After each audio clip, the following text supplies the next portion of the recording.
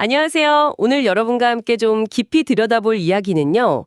이렇게 놀았더니 돈이 생겼다. 바로 이 책의 일부 내용입니다. 아, 네. 그 책이죠.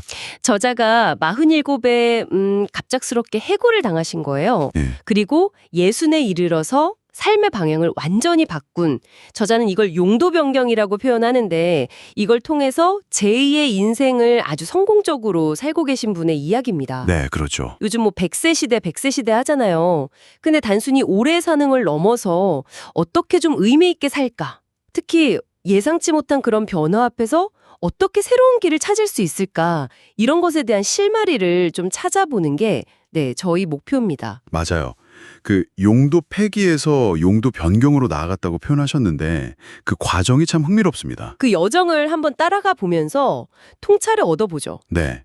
근데 이게 단순히 뭐 은퇴 후의 삶 이런 이야기만은 아닌 것 같아요. 아, 그런가요? 네. 인생에서 정말 큰 좌절을 겪었을 때 어쩌면 뭐 존재 자체가 부정당하는 느낌일 수도 있잖아요. 그걸 어떻게 성장의 발판으로 삼을 수 있는지 그 과정을 아주 생생하게 보여주는 거죠. 그렇죠. 특히 예순에 시작한 취미가 삶의 중심이 되고 심지어는 수입으로까지 이어진다는 거.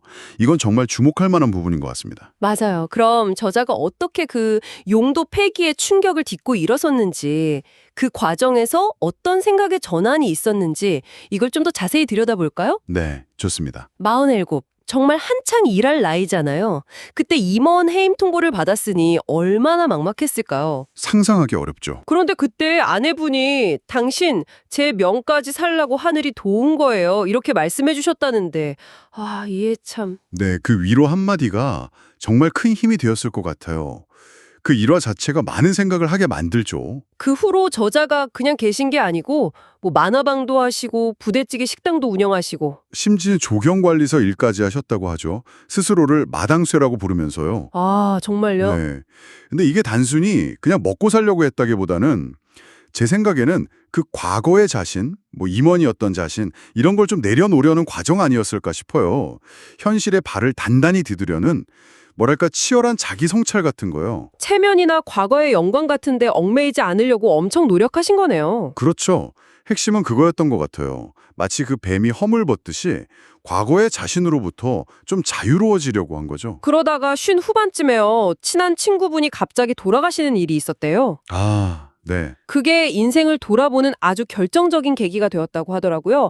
그래서 예순에 본격적으로 용도 변경을 시작하는데 그게 바로 사진이었던 거죠.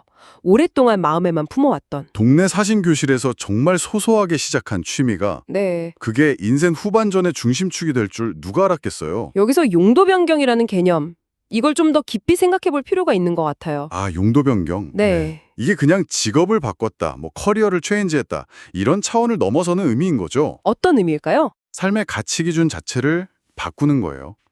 뭐 사회적인 성공, 다른 사람 인정 같은 그런 외적인 기준 있잖아요.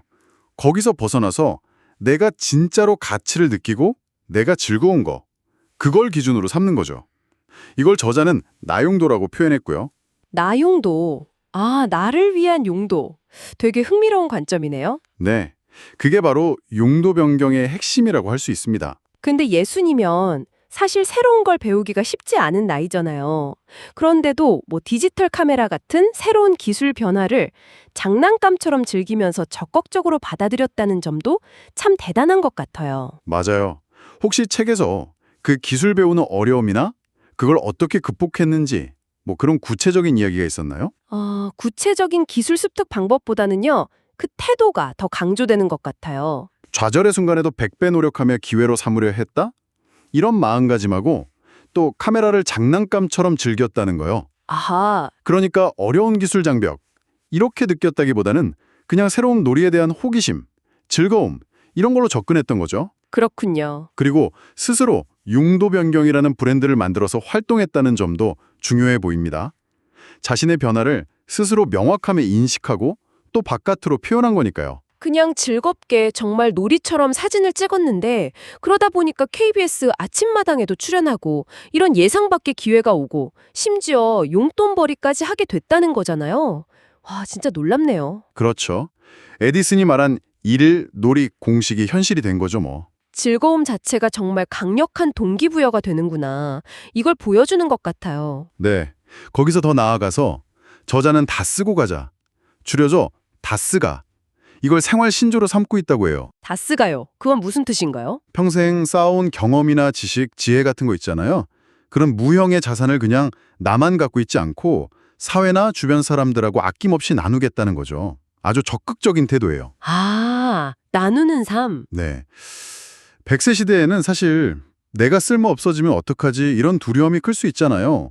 그런데 이런 다스가 정신은 노년의 무료함을 이겨내고 삶의 의미나 활력을 유지하는 데 아주 중요한 방법이 될 수 있겠다는 생각이 들어요. 그러네요. 다스가는 단순히 뭘 나눠준다는 걸 넘어서 어쩌면 노년기에 느낄 수 있는 소외감이나 나 이제 용도 폐기 되는 건가? 이런 느낌에 맞서서 계속 자신의 가치 있는 존재로 만드는 그런 적극적인 생존 전력일 수도 있겠네요. 정확합니다. 바로 그거예요.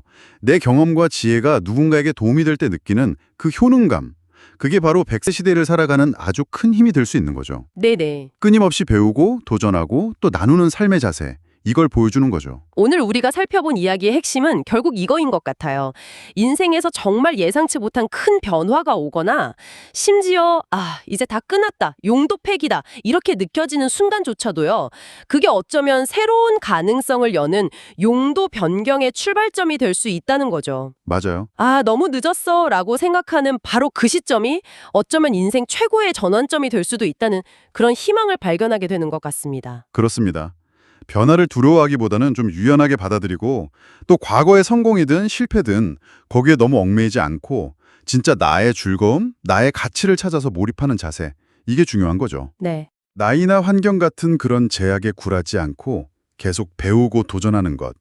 그게 핵심이라고 할 수 있겠습니다. You only live once. 딱 이 말이 떠오르네요. 이 책의 메시지가 여러분께 이렇게 질문하는 것 같아요. 지금 여러분 삶에서 혹시 용도 변경하고 싶은 부분이 있으신가요? 아니면 혹시 예상치 못한 변화를 겪고 계시다면 그 상황을 어떤 새로운 기회로 한번 바꿔볼 수 있을지 잠시 생각해보는 시간을 가져보시는 건 어떨까 하는 생각을 해봅니다.